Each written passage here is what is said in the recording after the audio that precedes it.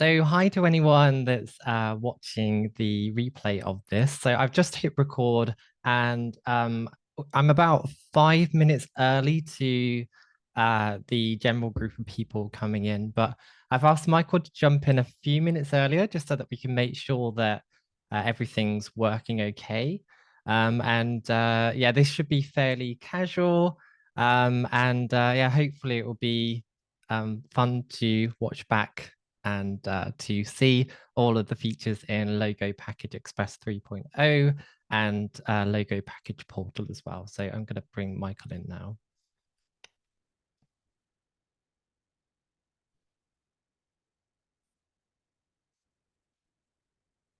Hello. Hey, Michael, how you doing? Oh, considering I'm doing quite well. Just so you know, I'm recording this and I will be posting this publicly. So what I did prior to you jumping in is I did a bit of an intro. So we don't need to do too much. But yeah, we should have I'm not sure exact numbers, but it's about it's under 20. I didn't want it to be too many because ideally what I want this to be is more of like a fairly intimate chat, with a group of people so that you Yeah, can do a demo and people can directly ask questions and interact and stuff like that. I think it's a bit more fun than doing a stage, which is what we did last year. right. I always think it's a fun opportunity to meet people in the community. So, you could get some interesting feedback in this session. Yeah, so I mean, it's only a couple of minutes till 8. Let's hope we get actual people coming in now. I've sent Great. links out to everybody that wanted to come in. Yeah, I did come out of my email answering hole here on launch day to look at the book group, and I saw that you had posted once or twice about joining up. So Mhm. it's like people are pretty interested, which is wonderful. Yeah, in terms of that link, I've only posted it directly to people and they've acknowledged that they received it. So we shouldn't have an issue. So how's day one of launch going? Are you tired? Yeah. You've had a long day, right? Well, today wasn't as bad as yesterday and last week because last week we didn't have, a finished product. So the developers are working overtime and finding bugs and trying to get them squashed or cutting things because we just are running out of time. So that stuff can be stressful, but um, yeah, I stayed up late for me last night so that I could launch everything at midnight so Australian people could jump in. Mhm. I'm just gonna pause you there because we've got people coming in now. Yeah, So yeah, just so that you guys know, Jay and Maisie, if you want to show your face, you can. If you don't want to, that's totally cool. I know last time, hang on, somebody else is coming in. Last time I did something like this, we did it as a stage.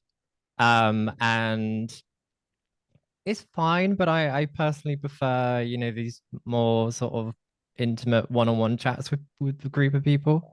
I think it's a good opportunity to meet other people, but something that's lacking when you do like a stage is interaction. And right. I think, I mean, to be fair to Michael, he could just sit down and do a video and I could just share that in the group. But since he's actually dedicating time to come in, why not? Meet some people and chat. So um I'm gonna give it a few minutes because I opened up the room to I wanted it to be under 20 because I find Zoom calls like this are just chaotic when you've got too many people. I think it's nicer when you have like, well, to be honest, this number of people here right now it is good for me. But I think once you go over like 20, it's just a complete um, chaos. So yeah, we're just chat between us. So I don't know if anyone wants to, since we've got a few minutes while people are coming in, does anyone feel like saying hi? I mean, feel free to just, like I said, you don't have to talk, but Hi, if you want to, thank you for having me. hello, nice to meet you. I Hi. So yeah, like I said, I think we'll wait a couple more minutes prior to going into the bits and pieces. But how we're going to structure this is we've got Michael for an hour. If he wants to stay longer, he's welcome to, but he doesn't have to. But since we're all on a call, we'll chat with Michael for an hour. So what he's going to do is basically show us um, Logo Package Express 3.0 and also uh, the Logo Package Portal, which is a whole new thing, which is pretty exciting. And obviously, since you're here, it's an opportunity to ask questions, interact, so feel free to, um, pause and interrupt if you want to. I think since there's only a few of us here, it's not going to be a problem doing that. So if you do have questions, just speak up like you would as if you was in an actual room. And then after that, I mean, it's evening here for me. I'm free. So if you want to just hang out and chat for an hour or so afterwards, I'm cool with that. If you've got things to do, don't worry.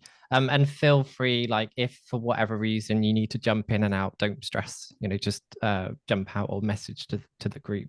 But yeah, I think since we're a few minutes in, I think Michael, I want to make the most of your time. So we are recording this. So I think if anyone else does come in, and they missed the beginning, they can just watch the replay. So do you want to take the lead and we go from there? Yeah, let's see here. Just share my screen, right? Yeah, I need to give you sharing options. I love it that everyone's Zoom etiquette is bang on here. Like everyone's Yeah. muted. It's great. I've had some Zoom calls like this where you just get somebody that's got like kids playing in the background or something, and you have to mute them. So thank you, everybody. We've all been there. All right. My screen up for everybody? Works for me. All right. Let me move your lovely faces out of the way here. So yeah, so I'm gonna assume that most people have used Logo Package Express before, but I'll give a little bit of an overview. Um, Basically, you get something like this where you have several different logo lockups, and you have to make all the different color variations for them and then export a bunch of different file formats. So Logo Package Express just helps you automate that process. And of course, as I'm showing you how this works, if you haven't seen it before, it'll become clear how that happens. But Logo Package Express 3 is no different than Logo Package Express 2 or previous versions, in that to install it, you just use our installer that comes with your purchase or download, and then you go to Window, um, Window extensions, and then Logo Package Express 3. This is the extension window on the right here.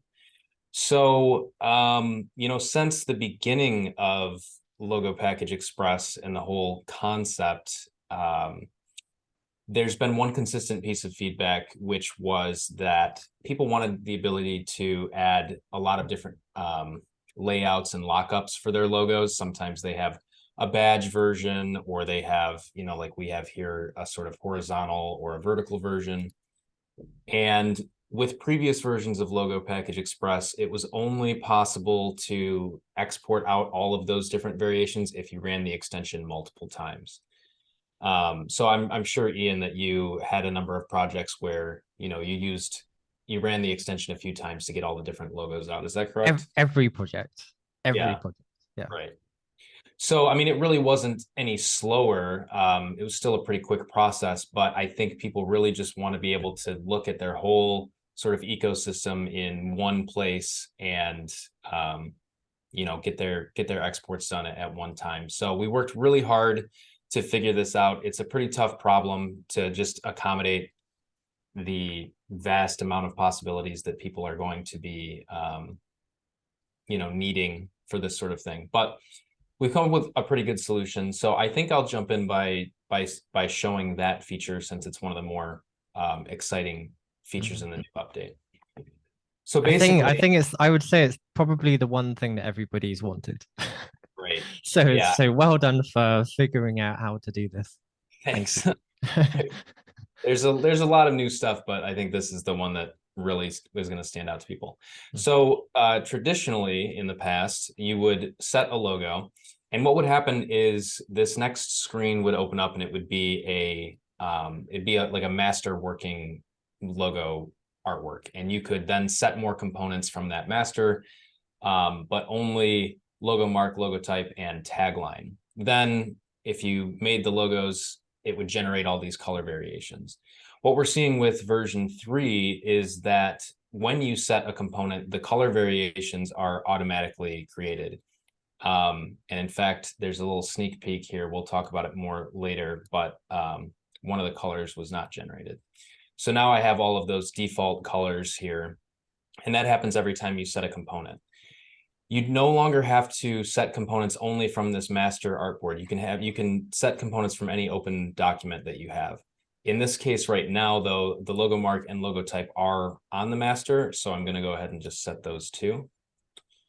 And again, it is just automatically doing the color variations as opposed to having you set everything up first and then clicking another button to make these variations. So I'm just going to run through, do the logo type as well.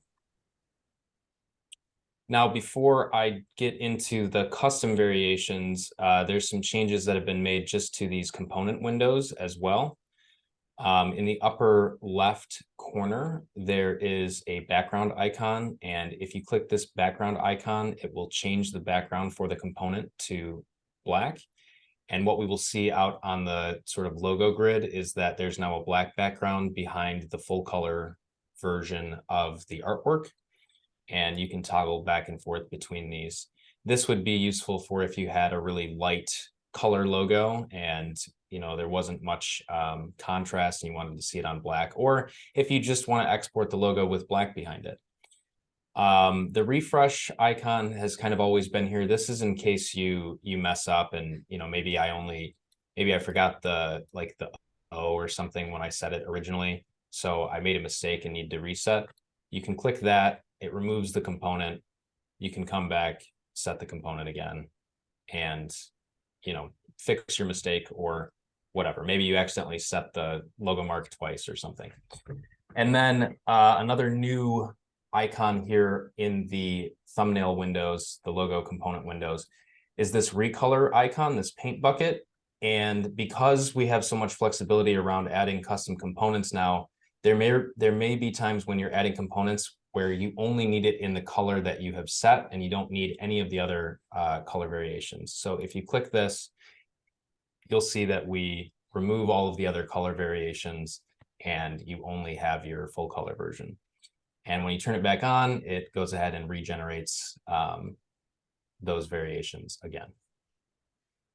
So now that that is taken care of, I can come back and do more custom components. So in the window, there is this blank window that says add component.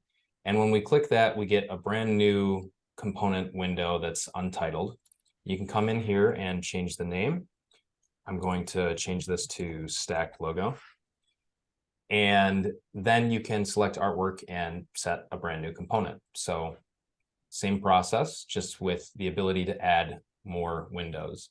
And you can see now we have this variation added to the spread. And I can do that as many times as I want.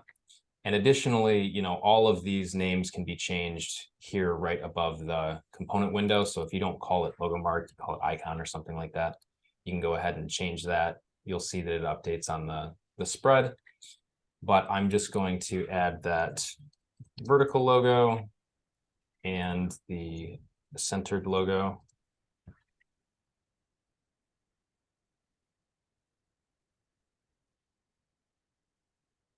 And at this point, it's all basically the same thing, but you can see that we've expanded beyond the ability to just add those default components. And now you can do as many or as few as you would like. And that's the first feature there, the unlimited logo components in Logo Package Express 3. So Ian, I don't know if you have any questions about this, or if anybody else has questions about just this first feature, and might want to. I think one thing I want to ask, and I think I know the answer to it, but for everybody else, so on the right, you can now rename those different instances. I don't believe you can currently do that.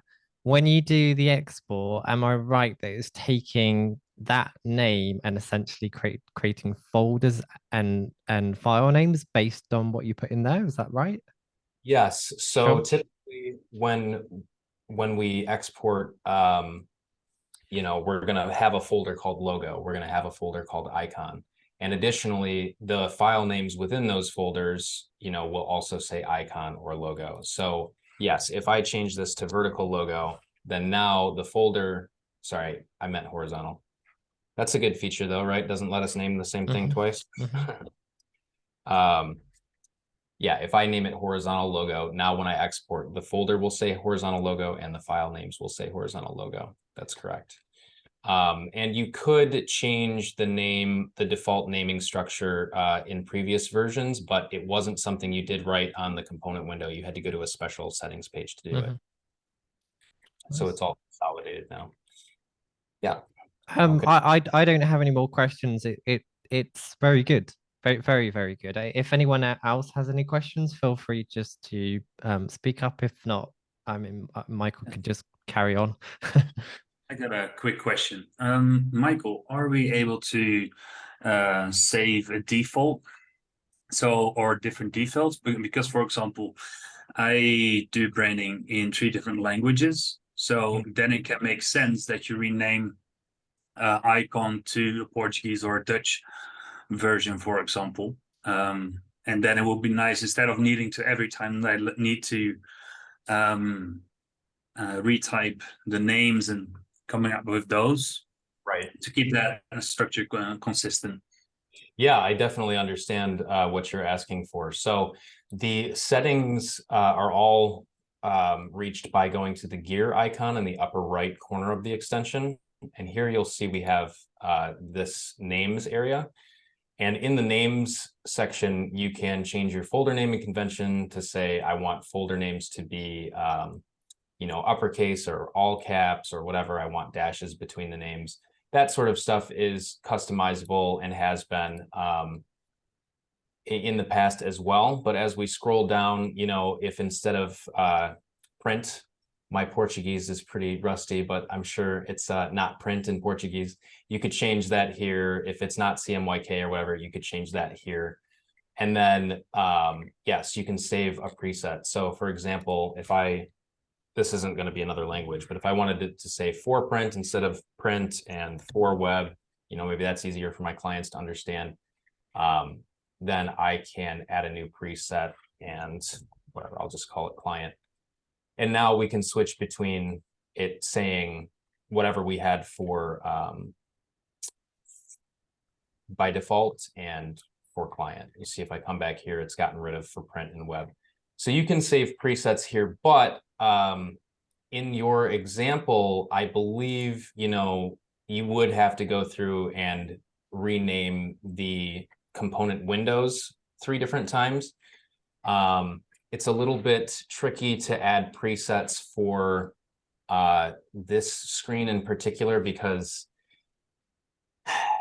there's so much dynamic stuff that you can change. You can delete these default windows. You can add a bunch of different windows. So maybe what that means is we should consider going into the names and bringing back sort of the default components and default color names and linking them to the places where you actually rename them currently, which is on the components tab of the logo builder screen or the colors tab. Because you see, you could come in here and, change that sort of stuff to a different language or whatever. But currently, yeah, there aren't presets there. The presets are in the names, and that doesn't encompass everything that you would want to change. So that's good to know. The feature is there, but it can be improved. Yeah, What I think we're just like having like the three main components that they have their fields, like we had like in the 2.3 version where we already be able to save versions, Yep. like as well, like the American spelling and the British spelling as well. Yeah. And that way you can save them. And I was already playing around a little bit, and I saw that was kind of a thing that wasn't able to wrap my head around. Yeah. So. So yeah, I think the solution is to bring back the defaults, and then if you changed the name here, it would just update on the settings page, or if you changed it on the settings page, it would update here. That wouldn't be too difficult to implement. Obviously, we can't do defaults for these custom variations that you're adding. Well, actually, anything's possible. It's not going to be soon, though, that change would be made. But I appreciate how that change might have affected your workflow. Yeah. Cool. All right. Were there any other questions about custom components? Okay. All right. So the next really big thing that people have been asking for is along the same lines here of these custom variations. We now have the ability to add multiple color schemes as well. So if I come into the colors tab, I guess I'll just go through what's happening here in the colors tab, kind of in line here. You can turn on and off these default color schemes. So if you're somebody who doesn't ever make the inverted versions or the grayscale versions, you can turn these off. They just disappear. In the previous versions, if you wanted to remove something from being exported, you had to delete it from the artboard. And you can still do that. That is still a feature. If I delete this, it's not going to export. But it's kind of annoying to never export a certain color and then always have to delete it. So if you check the remember color scheme settings box, it will remember not to include inverted or grayscale. So for example, if I come in and set another component sort of arbitrarily here, actually I could do it like that.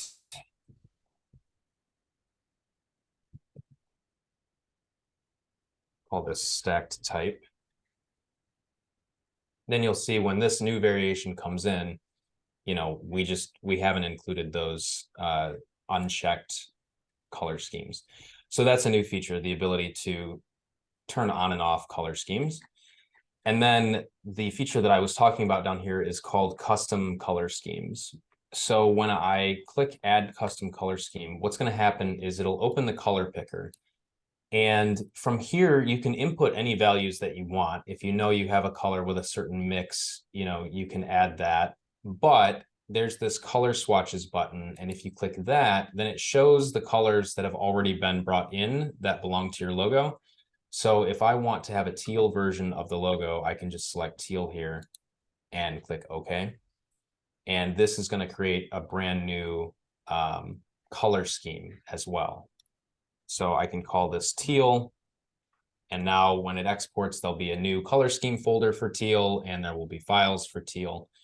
And maybe I want to have this logo in all of the brand colors. So I can go back in and choose purple as well. And that will get added to the logo spread too. Now, I have been working on version 2 for 2 years, and I had big plans, but with stuff like this, it's always a juggling act. So I had to cut the feature that was going to be like multiple color custom color schemes. So instead of purple and teal, maybe you have a version of this logo where it's green and blue or something like that. I've definitely worked through how that would work. It just wasn't something I could get done for the launch. But if you're working on a project where you have 5 brand colors and you want the logos to be exported as a single color in all 5 of those colors, that's definitely something you can add to using this new feature. Additionally, as sort of like a little hack, any changes, this has always been the case, but any changes you make to these artboards during, before export will be preserved in the export. So if for some reason, I had a color scheme and I add this teal and I say that, that's actually supposed to be green or something like that. If I make that change on the artboard and it just happens to be a part of this teal color line, that's a way that you could add these custom color schemes and still get more complicated color schemes out of the extension. It's obviously just more manual work than the single color method. So that is the custom colors feature. And the last two things on this colors tab here are just the inversion sliders, which control, if I turn the inverted scheme back on, they control which colors in the inverted version are going to get turned to white and which colors will remain in color. That's an old setting, but it's moved here to the colors tab. And then finally, on the colors tab, we have export logos with background colors. This is something that people have, requested. They've said, oh, I've got this background, but it's not exporting with the logo. And there's certainly cases where you may want that background. So if you check that, then all of these files will get exported with a white background or a black background, depending on how they're set. With the custom color schemes, you can also change the background color. So, white to black, that sort of thing. And that is the colors tab. Does anyone, including Ian, have any questions about some of these color features? I have a really quick one again, just so that it's clear. So when you create a custom color scheme and you allocate a name, I know I actually think how you built it is probably how it's going to work in most cases. And I like the idea that, if say in this particular set of logos for whatever reason, and I think this would be quite rare anyway. So, for you to solve this, I don't think it's really that important. But say hypothetically, if you wanted an orange and a green one for the sake of it, would you just call that like orange and green and edit it manually? And would that color would that name of that color that you've allocated, so say if you called it orange and green version or whatever, would that be added to the file name when you export it out? Yeah, so to do it in, the sort of like hacky way without it being automated, yes, if we did something like this, and this is going to be beautiful. If we got this really rustic orange and version down here, since the color scheme name is orange and green is what's on the artboard, the logo artwork would have orange and green in it, and it would be labeled orange and green, and the folder that it belongs to would also be called orange and green. So it's a little bit more work to set it up this way, but you could certainly do it.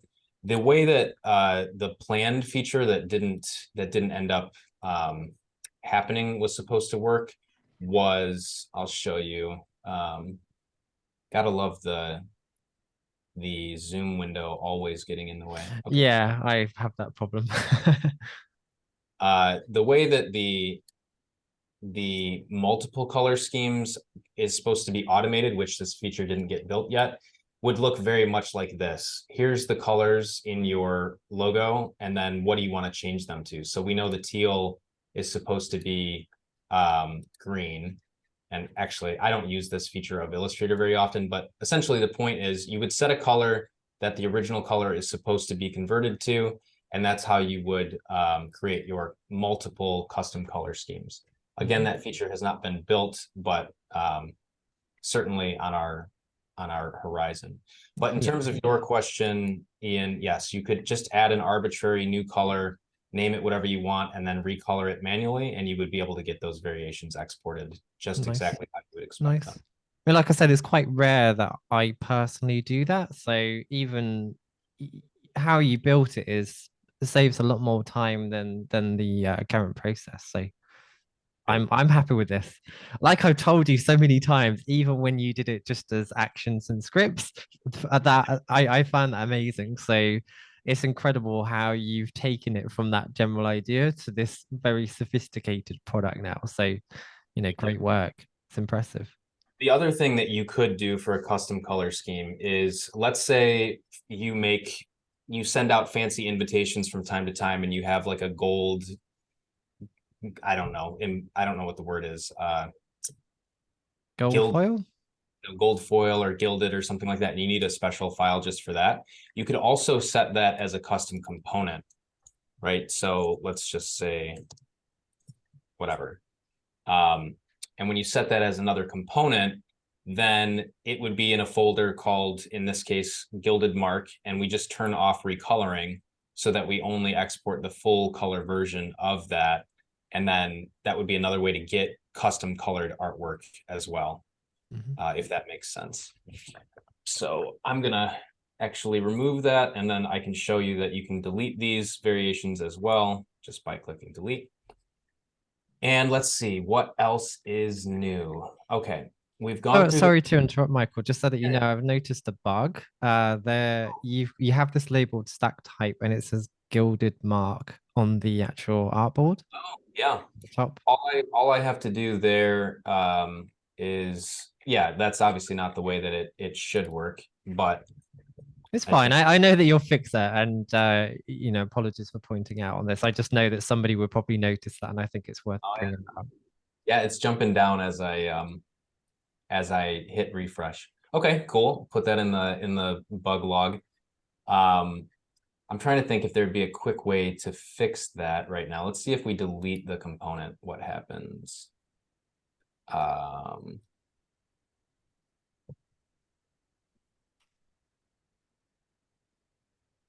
Okay, interesting. Don't worry too much about it now. I know that you'll work on it and fix it. So yeah, that's I think that is something we've encountered before, but if this did happen to you, I believe I'd have to like spend some time to see if there's a quick workaround, and then I would make a tutorial video about it for the meantime, but you'd have to just kind of reset the extension and start setting things again. So we'll leave it alone for now, and continue on. The components tab we've gone through, and the colors tab we've gone through as well. So now it's really just a matter of looking at the settings. Another really big major feature that we've brought in is at the bottom of the files tab in the settings page is this logo file organization feature. So what this does is it shows you the hierarchy of the folder structure. Right now, let me see, I can probably open up like a version that had, right, this will work.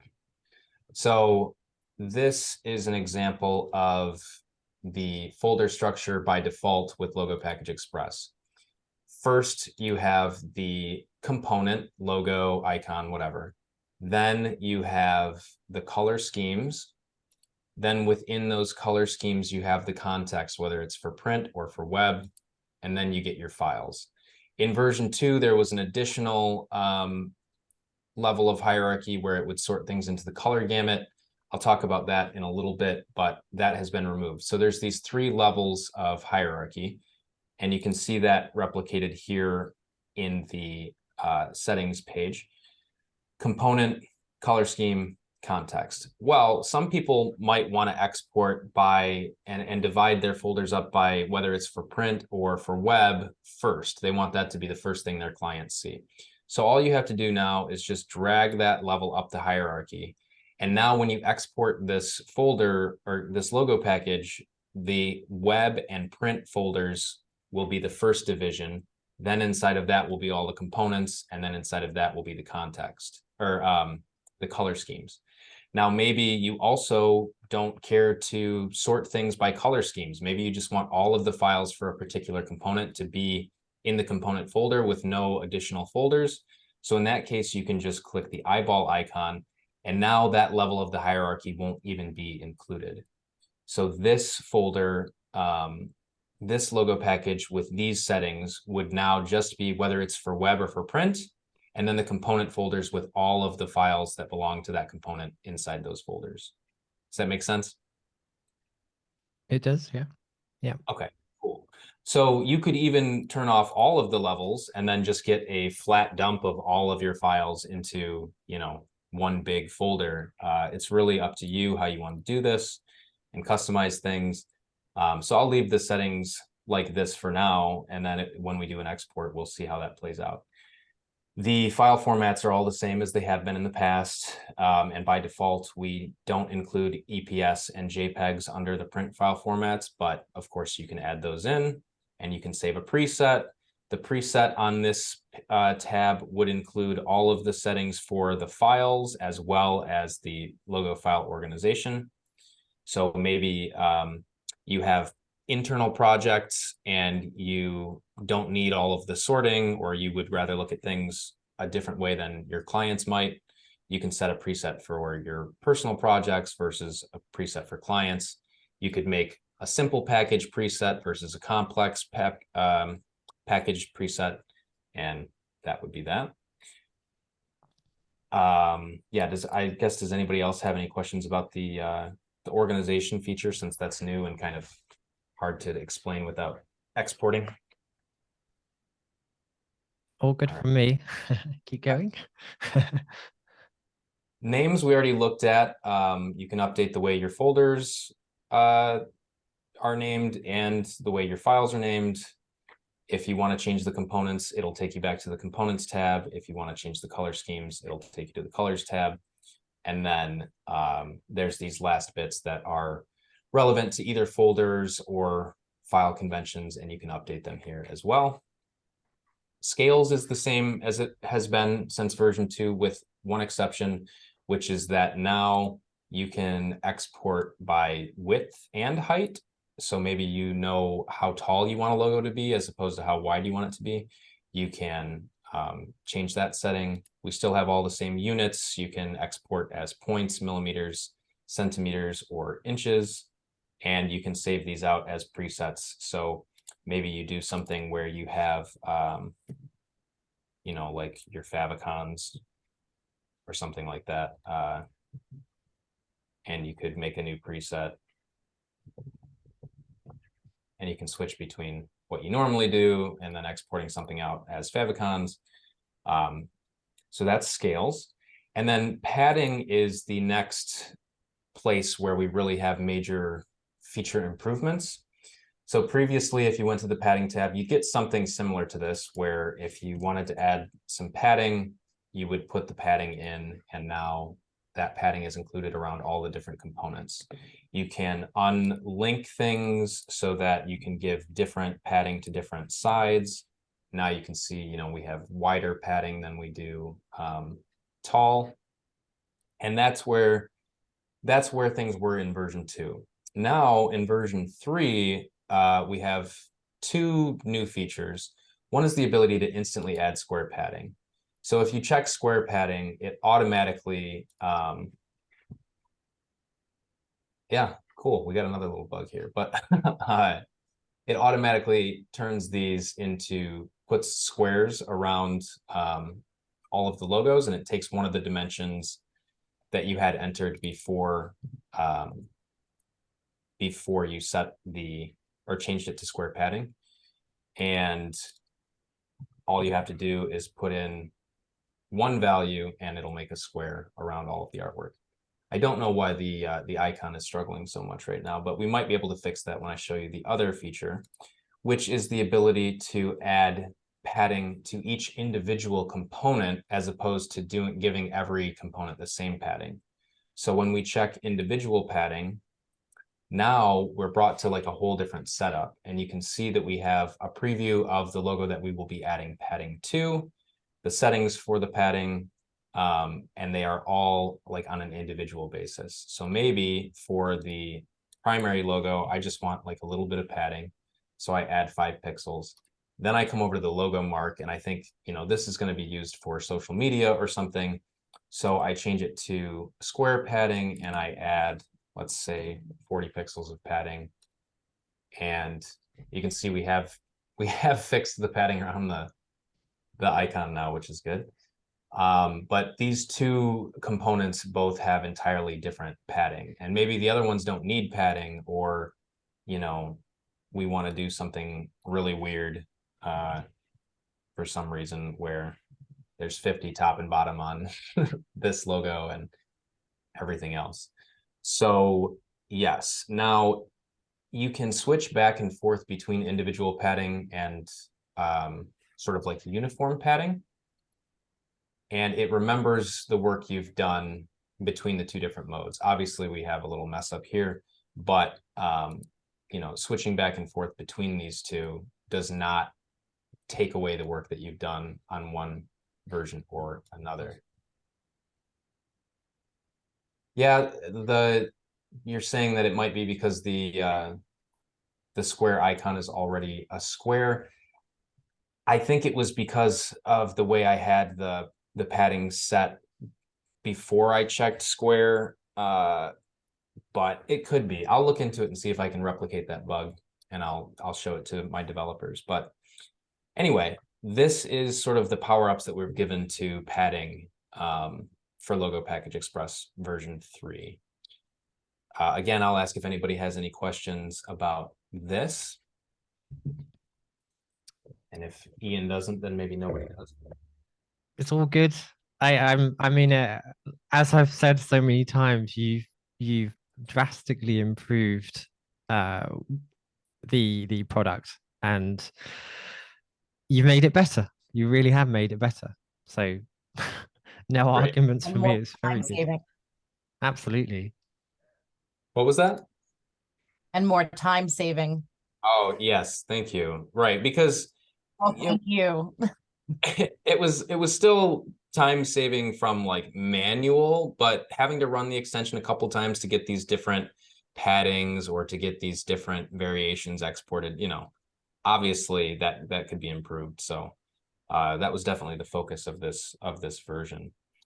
Another kind of time-saving feature that we have added, which I haven't talked about at all, because it's kind of just going to come up as it comes up. But many of you may have experienced a situation where you purchased Logo Package Express, you installed on your laptop, you installed on your desktop, and then you spilled water on your laptop and had to get a new one. And now you can't activate Logo Package Express on your new computer because you've used your 2 licenses. So what people would do is they'd email me and say, hey, this happened. And I would manually reset one use of their license for them because I didn't have any sort of license management built into the tool. Well, I'm happy to say that now, if we go to the info tab, in the middle here is some licensing information. So we'll see the email that the product is licensed to. We'll see this big, beautiful disable license button, and then you can see how many activations you currently have. In this case, I have activated the extension on this computer and this computer only. If I were to click disable license, what would happen is it will take me back to the activation screen. It will take away one of the activations. So now I would have 2 activations available. And if I went to another computer and installed and activated, then it would be active on the new computer. And even though the extension is still on the old computer, it's not active because you're on that activation screen and you haven't like logged in essentially. So it's not as fluid and simple as like Adobe, who has, you know, billions of dollars in budgets or whatever. But if you know that you're going to have to do like a reformatting of your hard drive or something, or you're going to be getting a new computer, you can simply come to the extension, go to the info page, our info tab on settings, disable your license, and it will be good to go for activation on a new computer. So this is another new feature, license management. Nice. Just before you carry on, just so that you're aware, we are already 40 minutes in. I don't mind taking as much as your time as you're willing to give. So, you know, take lead on that, but so that you're aware, because I know that you want to show the portal as well. I'm Correct, conscious yeah. that you basically, like, if you want to just allocate an hour to this, you have 19 minutes left of that hour. Well, it's a good thing these tools are so speedy. Okay, yeah, thanks for the reminder. So what I'm going to do now is just for speed's sake, is I'm going to simplify this logo package a little bit for the export. Well, yeah, I'm just going to start fresh and I'm going to set some stuff up and then I'll do an export and we can check out the portal. So obviously to start the extension from fresh, you just click the refresh button in the upper left and we're taken back to kind of the default screen. So I'm going to add one custom component now that you have all seen that capability. I don't need to export as many of them, but I'm just going to come through and quickly set things. You can think of this as a real-time demo here. I noticed a really small thing you changed that's always bugged me. When you create a new one, it used to say, "Do you want to save this?" Oh, And it used like that wording used to be really confusing. right. Because if you wanted to create a new one, yeah, I'm sure people know what I mean, but you change that wording and it makes a lot more sense now.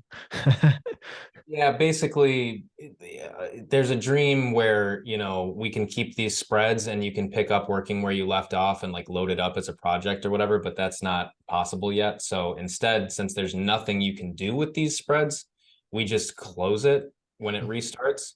But some people might want to save it as like a way to show all of the variations or something, in which case, just go file, save as, and you can save it. But yeah, we removed that. So I've set these 4 different components and I want the grayscale. So I'm going to put that back.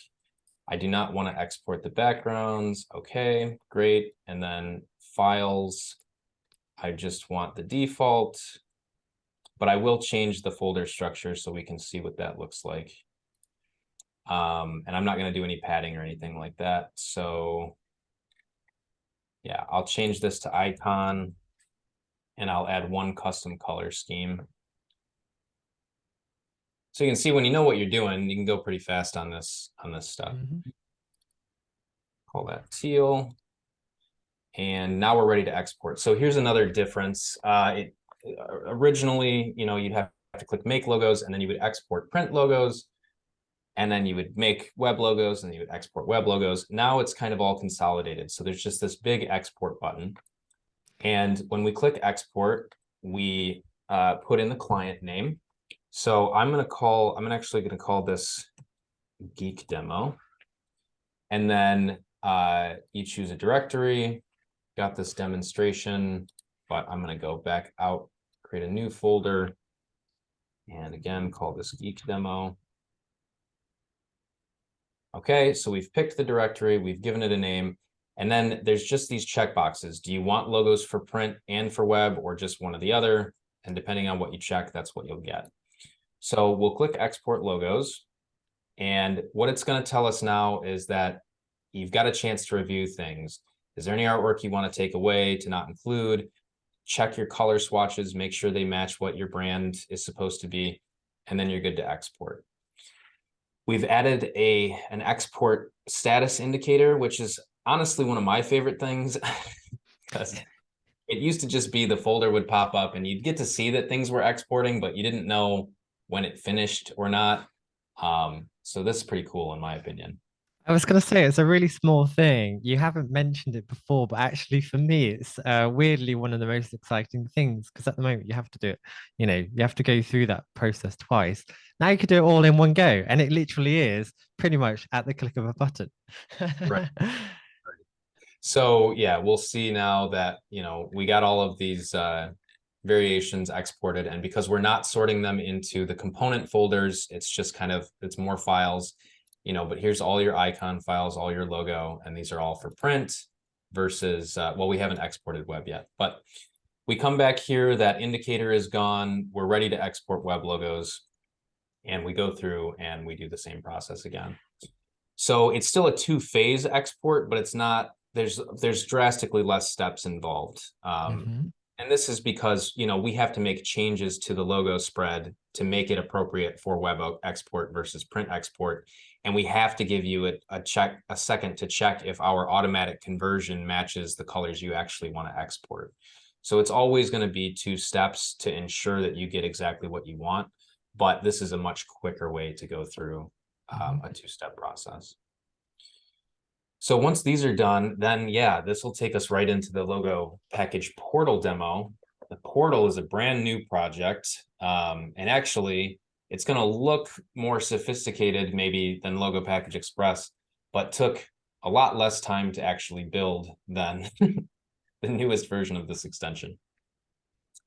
So yeah, we can see now, again, we have all of our web files now and the different, I exported the favicons. Oh, well, we've got all of these files now as well. And then we get to the congratulations screen. And at this point, you can either reset, which we've done once already. Yeah,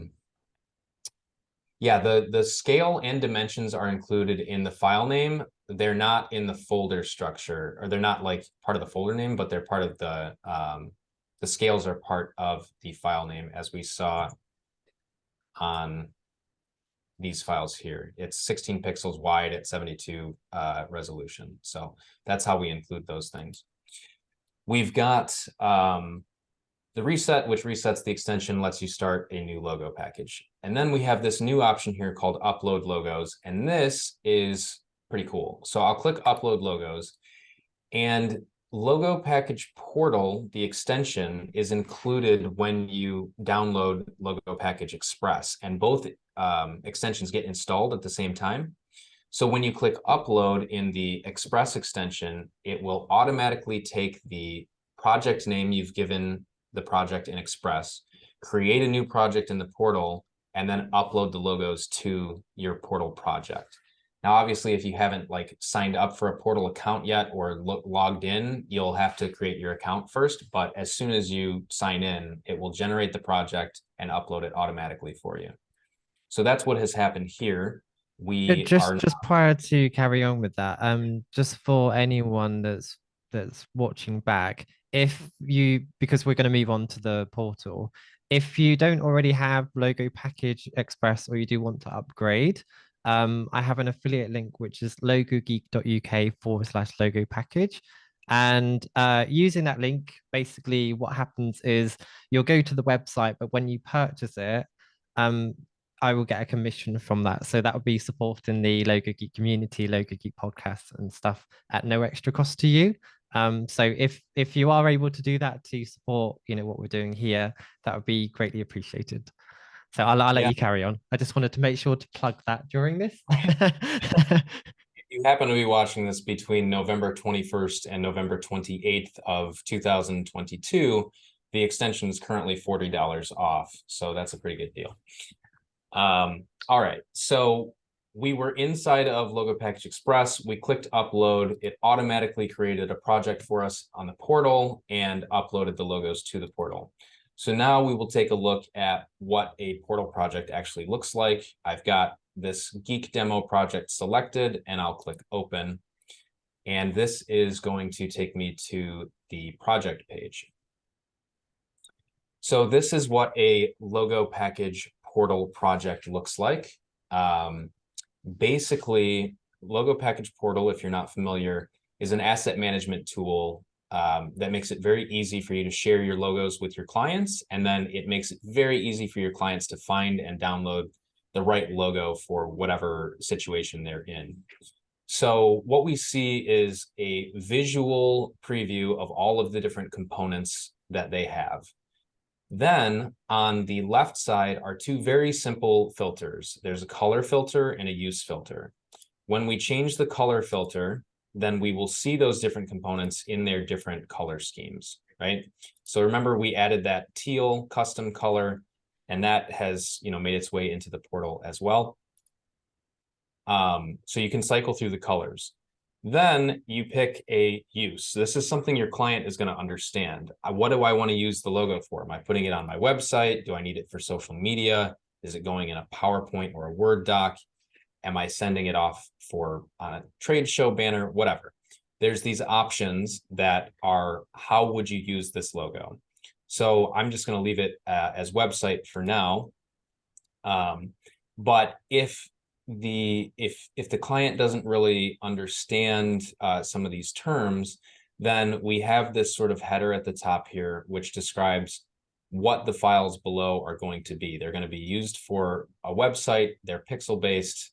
We're giving them PNG files by default for this particular use, and it's an RGB color space. And if they don't know what that means, they can hover over these and they get a nice little tooltip with really simple explanation of what these things mean. I kind of refer to this as an on-screen glossary.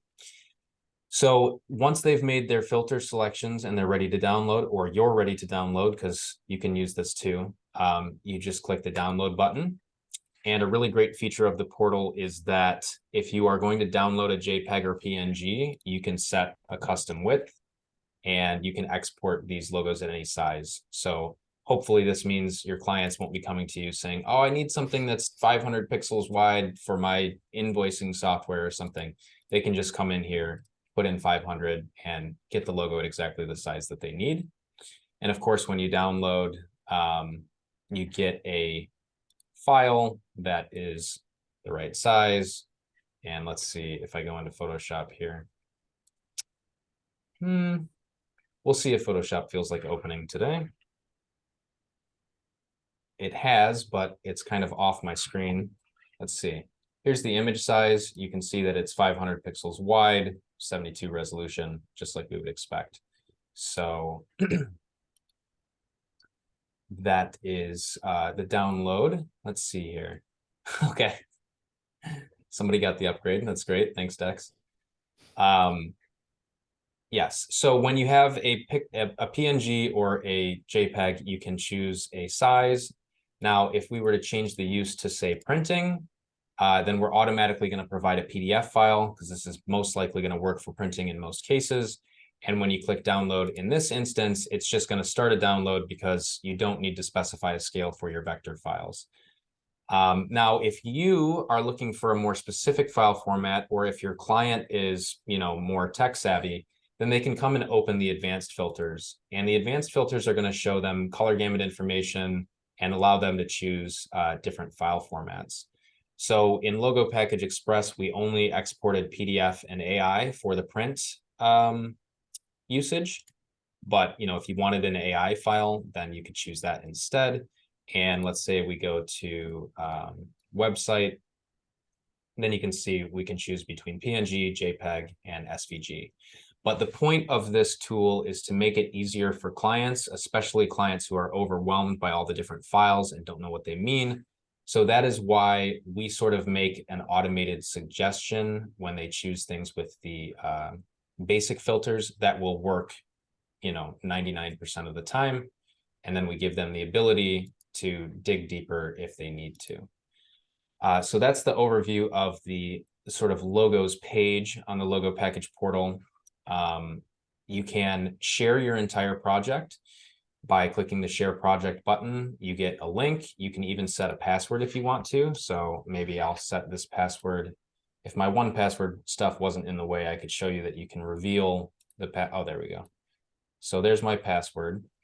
And when I copy the URL, I'm going to go to like a private browser here, type in this share link, and you'll see that you're prompted to, type in the password to get access to the project. This will come in handy if your, clients want privacy or whatever, but you don't have to password protect. The only difference between a project that has been shared versus the account holder is the share link does not have those top level account navigation items, and your account holder project does. So that is sharing. And you can also share an individual logo. If you don't want to share the entire project, you just want to share the full color version as a PNG or whatever, you can share an individual logo as well. Okay. are there any questions about the logo screen here? I'm going to move on to some other screens on the portal. I don't think so. I keep going. Okay, great. Yeah, so then there are different views, different pages for the project. We're currently on the logo page, but there's also a colors page. And if we go to the colors page, you can see that we've brought in all of the colors that were in the logo export. I think in this case, you know, we're only going to be interested in this teal and purple color. So you can delete any colors that have come in that are not you know, part of your brand. And this feature is still in beta. We have some work to do to make it as robust as we want it to be. We want you to be able to change the default names and add, you know, modify the values and stuff like that. But for now, it brings in the colors from your logo package. And to get information, you just click the copy and you'll see that we have the web colors and the print colors. And you just copy and, you know, you'll get the value right from here. This is a feature that's been requested a lot in terms of Logo Package Express's functionality, but it has found its way into the portal. And then before I show you the last page, I have to show you this notes feature. So every component has the ability to leave a note on it. So it's based on the component and its color. So this is the icon in full color, and I want to leave a note on it to say, use this as your social media avatar. Okay, great. And then maybe this is a food company or something like that, and they print napkins. So I'll leave a note here that says, use this logo on your napkins, you know, something like that. You guys will obviously have much more interesting things to say about the logos, but if there's something you want to communicate to the client about a specific logo, you can leave a note, and you can do that on logos and colors. So a very simple thing would just be like, this is your primary color, and then I don't know, use this color for the footer of your website. Okay, so we've left notes on a number of things. And again, I'll show you on the, nope.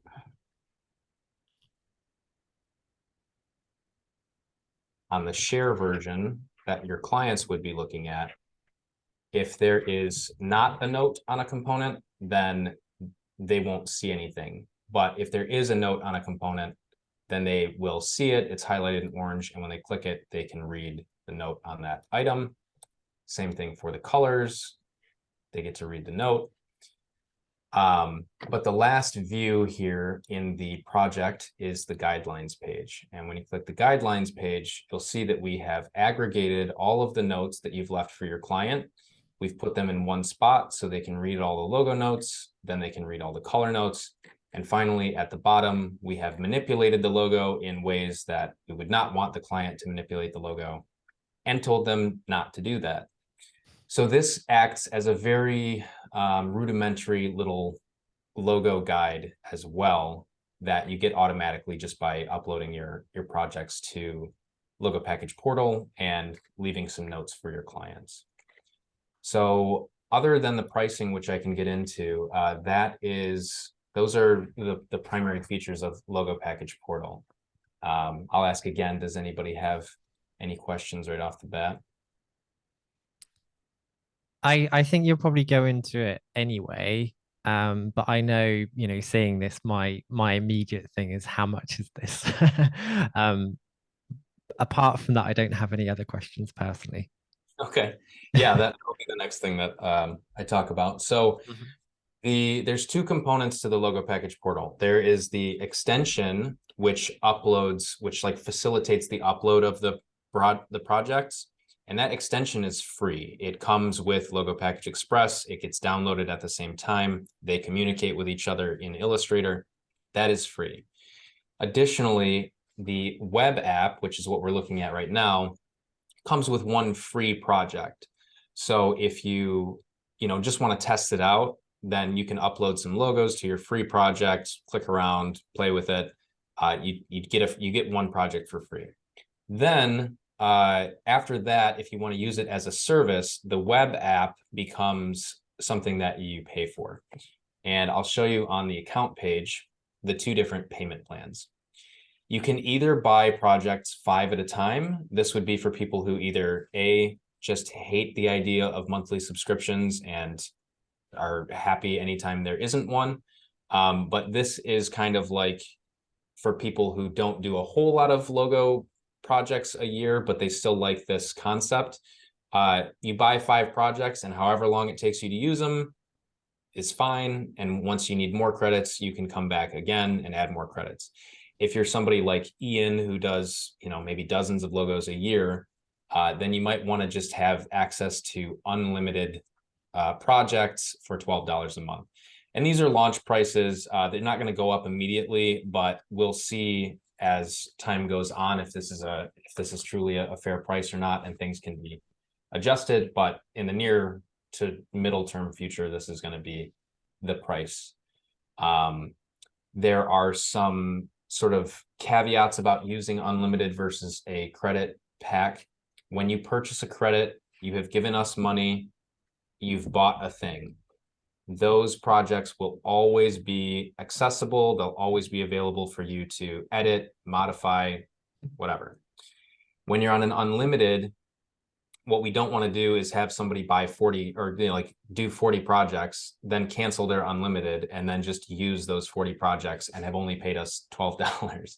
So when you cancel an unlimited subscription, any projects that you have made become read-only projects, and read-only projects cannot be edited. You can't add new logos to them. You can't change the notes, but they are still shareable, and your clients can still use the share links from those projects to download their logos. So it still acts as a place you can store things in read-only mode, but we have to take away some functionality to keep it from being abused, kind of. So those are the two pricing options. Can I just ask that out of curiosity, that unlimited one, do you have are you planning to add limitations on that in any form to stop it being abused? Because I think the average person is probably not going to do more than 10 logos a month, if that. Right. But there could be somebody that might try and just spam the hell out of it and do 1,000 in one go and just leave all of that data sat there. So out of curiosity, to prevent that.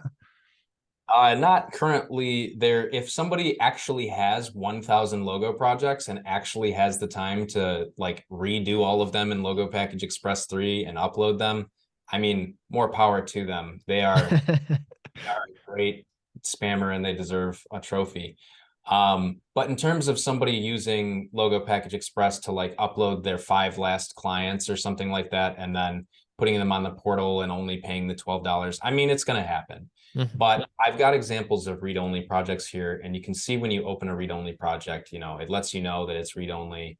You can't edit things. So what we do prevent people from doing is creating 20 blank projects that they can then upload to later, right? Because once they cancel the unlimited subscription, then the blank projects are stuck being blank. You can't add logos to them. Yeah. So that's about our only protection, I would say. Yeah, and I guess in your case with that, you've got a good idea in terms of file size per project, so you can you've got some control. You're not going to get random heavy files just uploaded to the server, or people abusing it in that sense. So I think the way that you've done it is very impressive, because that was always one of my concerns when I did hear about the two models, buying 5 versus subscribing, is that when you cancelled your subscription, then suddenly your clients can't access those files. But actually, how you've done it, you've pretty much sold me paying monthly. Okay. Because I think previously, because of the concern of what's going to happen when I cancel this, I would think, I'm just going to pay $10 per project.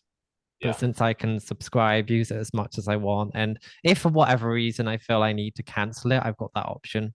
But I think you've come up with a very solid solution, and if like me, you're doing, I don't do loads, but probably like 4 per month on average.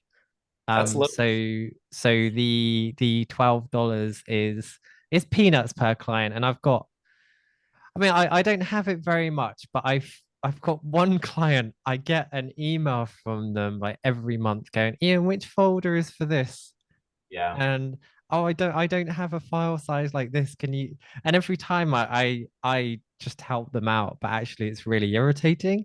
Right. And this is a really nice solution, worth paying $12 a month for, just to prevent that client from ever contacting me again. Yeah, I mean the other upside of this is like, hey, if we go to the projects list here, you've got 40 projects. You don't want to click through your local to find all this stuff. I mean, like, it's a nice way for you to store and organize your own, logo files for your own purposes as well. Not projects that are personal, but like, oh, here's all of my clients in one spot, and I can just open this up and quickly download that JPEG or PNG that I need or whatever. So yeah, we're very excited. This is launch day that we're recording this, and we've already got some people who are subscribed, which is really great. So very excited about this. And to be honest, Logo Package Portal and the whole kind of like web app interface, I think, is ultimately going to be the future of the whole product line. I'd love to not be dependent on Illustrator. I'd love to just let people upload logo files and then do all of that work that we do in Illustrator online. But I don't know how far out that is from being a reality, but hopefully, that'll allow us to have a really nice integrated system where you just flow from one sort of working state to sharing and all that other stuff. Sure. Also, can I just ask, because I haven't looked into this myself properly. So the monthly fee, is that something that you're locked into for a length of time, or can you just sign up for a month and then cancel? Do you have that control? And can you pay yearly if you wanted to, a slightly lower price? So yearly is something that is definitely possible. We just didn't implement it for launch, but a Sure. little top here that says pay annually versus monthly. Not currently possible. If you buy today, that's not possible. Mhm. The monthly is kind of like everything else, where once you put your credit card info in, it just keeps charging you every month until you cancel. But we do provide right here on your account page, like, upcoming charges, like, hey, next month you're going to be charged this much and you've already paid this much. Go check out your payment history, that sort of stuff. So it's all in one spot. Even like deleting an account is just right here. It's not buried somewhere that you got to call support to figure out, what you got charged or whatever. So while the charges are going to be monthly and they're going to happen unless you tell us not to, at least all of your information is right here. And I forgot to mention one more thing, which is pretty exciting about the portal, which is let me see if I can find, probably gonna be hard for me to find a logo file, but basically you can upload your logo here in the account page. And then when you are on a project or your client is looking at a project, instead of it saying logo package up here in the corner, it'll be branded with your logo. So that is a white labeling feature that we have available for the portal as well. And eventually we're hoping to do things like customize, the colors of the CTAs and that sort of stuff to match your brand as well. So yes, you will be charged on your card every month until you stop. And I assume it's in US dollars. Does it automatically work out like VAT for other parts of the world? So that would be $12 plus VAT, right? I assume. Sure. I don't know, what do they got? What do they have in what do they have in the Dominican Republic? It'll convert It at some point, yes, it converts it to the localized currency before Sure. checkout. Let's see if this does it. No, it would be on your receipt or whatever. And Sure. then when you have a description of your charges and it has these dollar amounts, that stuff will be updated to reflect your currency that's on file as well. Sure. I like it. Has anyone got any questions? I have one quick one. Maybe you already covered this, but where it said download, what exactly happens with that when you download the project? I did not cover that. So this is something that in testing is maybe a little ambiguous, but I don't have a better solution at the moment. This downloads the entire logo package folder, right? So whatever you exported to your local that has hundreds of files in it and is sorted into folders, when you click download project, that is what gets downloaded. I think some people think it means it's going to download all the logos that are currently on the screen, which is understandable. And the first time they click download and it isn't that, I think they'll understand. But yes, download project is the entire project. If you want to download an individual logo, you do that on the actual sort of component thumbnail. Okay, a follow-up then. When you're on the guidelines, are you able to like download the guidelines as like a PDF or something that you can fire off to a client? Yeah, that's also a feature that was like on the roadmap that didn't make it into launch, but Gotcha. it's one of two things, right? It's either you would get, like, let's see. Yeah, you'd get, this would not be my solution for somebody, but like, yeah, where you get like a PDF or something that downloads that, has the information from the page, or even also the ability to like upload your custom guidelines to this page and let somebody download, your PDF that you would supply just as like another place to store that information. Both of those are features that are in consideration. Thank you. That's very helpful. Yeah, Thank you. Well, Michael, I'm conscious of your time. So do you feel that you've gone through enough of this? I think you covered everything. So I mean, at the moment we are recording this. So what I think I might do for people that are in this session live, I think we will wrap this up. And then I will stop it. And then what we can do, anyone that wants to hang around for half an hour or so to chat are more than welcome to. But I think for anyone that's watching this that wasn't here live, I mentioned it already. If you do want to um, purchase Logo Package Express 3.0 or upgrade, if you use logogeek.uk/logo package, that will be an affiliate link. And if you use that link, I get a percentage of that sale at no extra cost to you. So that will go towards supporting the Logo Geek podcast and the community. But this has been absolutely fantastic. Michael, thank you so much for your time. I know that getting this time today from you is pretty precious since this is your launch day. So thank you so much for giving me that prime spot. Really, I think 8 p.m. GMT is a very good time slot internationally for most of your audience. So thank you so much for coming in, demoing this, answering our questions. I don't know if anyone else wants to say any final words, but this has been absolutely fantastic. I want to say thank you to Michael. Congratulations for this launch, but thank you mostly for saving us so much time, and doing these little upgrades are amazing. And also, Ian, thank you for pulling us all together. No worries at all.